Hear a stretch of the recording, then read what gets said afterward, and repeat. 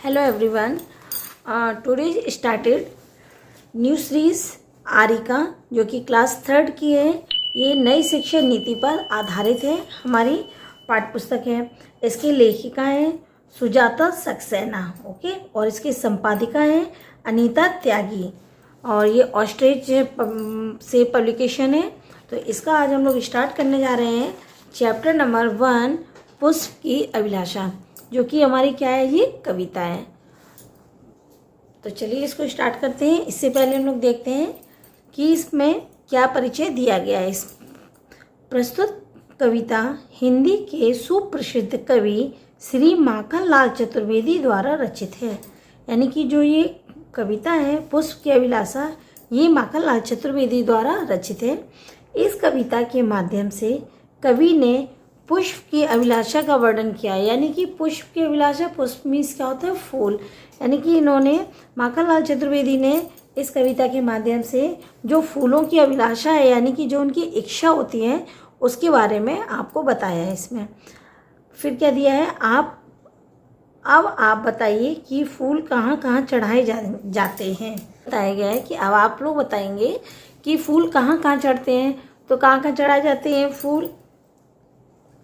पहले इसकी पोएम पढ़ते हैं, कविता को स्टार्ट करते हैं, फिर इसके बारे में कुछ इसका भावार्थ होगा, उसको हम लोग एक्सप्लेन करेंगे। चाहा नहीं मैं सुरबाला के गहनों में गूथा जाऊं। ये कौन कह रहा है, पुष्प कह रहा है कि चाहा नहीं मैं सुरबाला के गहनों में गूथा जाऊं। चाहा नहीं प्रेमी माला में बिंद प्यारी को ललचाऊं। नहीं सम्राटों के शव पर है हरी डाला जाऊं। चाहा नहीं देवों के सिर पर चढ़ूं भाग पर इठलाऊं। फिर क्या कह रहे हैं पुष्प कि मुझे तोड़ लेना वनमाली, उस पथ पर देना तुम फेंक, मातृभूमि पर शीश चढ़ाने जिस पथ पर जाएं वीर अनेक। ये है माखनलाल चतुर्वेदी जी की।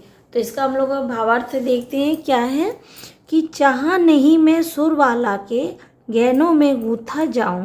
चाहा नहीं प्रेमी माला में बिंद प्यारी को ललचाऊं।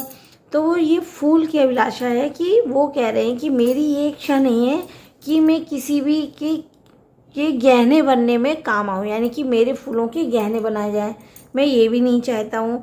और ना ही मेरी ये चाह है कि मैं किसी प्रेमी माला में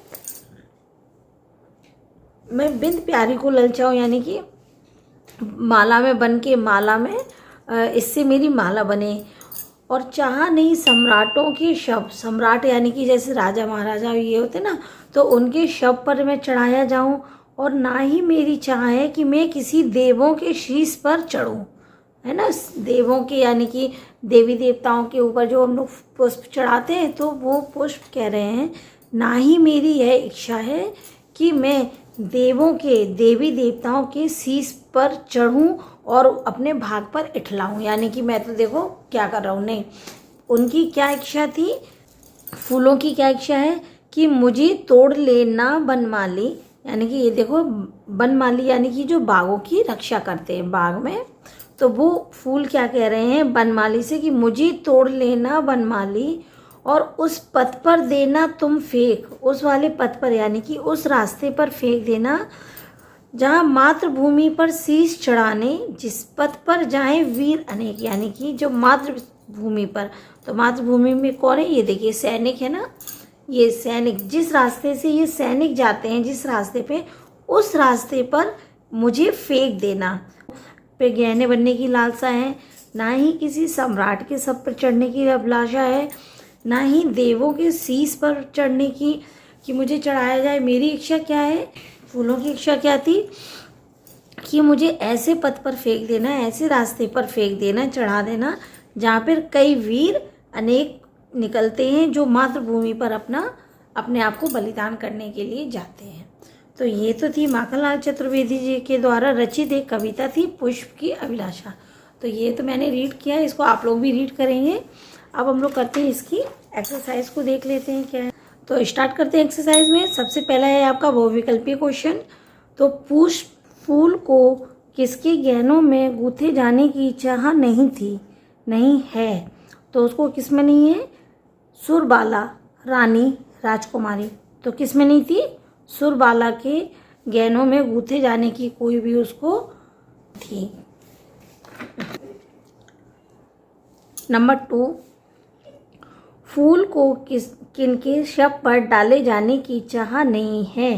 तो दूसरा है, ये पहला है राजाओं, फिर नेताओं के या गरीब लोगों के। तो किस पे चाह नहीं थी उसकी? राजाओं के। क्वेश्चन नंबर 3 है,